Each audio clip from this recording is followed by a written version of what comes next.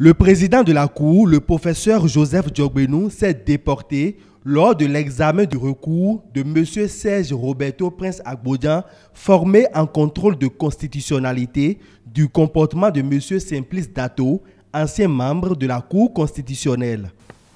Considérant que le requérant expose que par correspondance adressée au président de la Cour constitutionnelle, M. Simplice Dato, conseiller à la Cour constitutionnelle, a démissionné le 26 janvier 2018, que sans attendre la nomination de son remplaçant, il a cessé ses fonctions le même jour, qu'il soutient qu'en cessant ses fonctions sans attendre la nomination de son remplaçant, M. Simplice Dato a violé les articles 35 de la Constitution et 12 de la loi numéro 91-009 du 31 mai 2001 portant loi organique sur la Cour constitutionnelle, qu'il demande à la Cour de juger que ce comportement est contraire à la Constitution. Considérant que M. Simplice Dato, par correspondance en date du 6 août 2018, dit s'en remettre à la sagesse de la Cour, vu l'article 35 de la Constitution et l'article 12 de la loi organique sur la Cour constitutionnelle, considérant que l'article 12 de la loi organique sur la Cour constitutionnelle donne la faculté à tout membre de la haute juridiction de donner sa démission, qu'un démissionnaire ne peut être contraint à siéger et participer loyalement, consciemment et avec dévouement aux prises de décision de la Cour, que l'absence de M. Simplice Dato s'assimile alors à une abstention à participer aux travaux de la Cour, qu'il y a lieu de dire que l'intéressé n'a pas violé la Constitution. Pas de violation de la Constitution aussi en ce qui concerne les recours de Mme Marie-Rose Zanké Yimansou et M. Servet Wanignon qui se plaignent de ce que, par une lettre en date du 1er décembre 2016, le ministre de l'Économie et des Finances fait obligation à tous les DAF et DPP, des ministères, des institutions de l'État, des entreprises publiques, des agences et offices publics de se rapprocher de la cellule des voyages officiels pour toute opération d'acquisition de titres de transport. La haute juridiction se déclare incompétente pour les recours suivants. Le recours de M. François Lessanon, président de l'Association de développement de la cité La Verdure et ses environs, formé en inconstitutionnalité de l'arrêté de déclaration d'utilité publique numéro 3-046-DEP-ATL-SG-SPAT-SA du 4 mai 2017.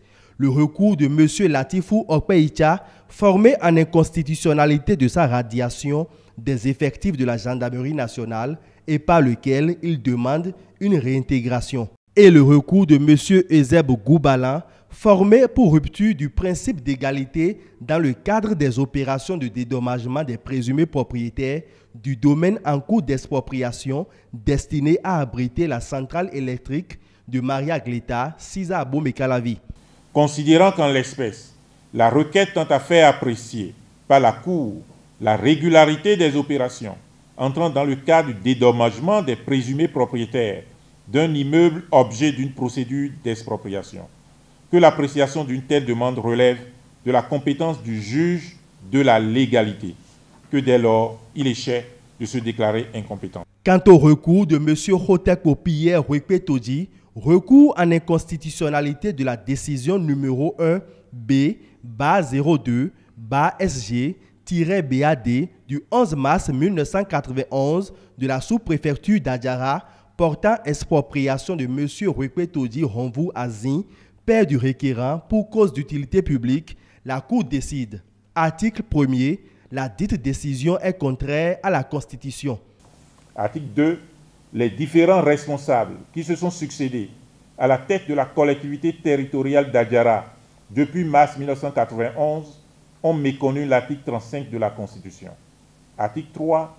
Le maire en exercice de la commune d'Adjara a méconnu l'article 35 de la Constitution. Pour ce qui est du recours de M. Boris Biaou Emeko Tayo, formé en inconstitutionnalité de la décision numéro 059-MTFP-DC-SGM du 30 mars 2018 portant invalidation de son admission au concours de recrutement des inspecteurs des finances, session des 16 et 17 décembre 2017, pour traitement inégal, sa requête est jugée irrecevable.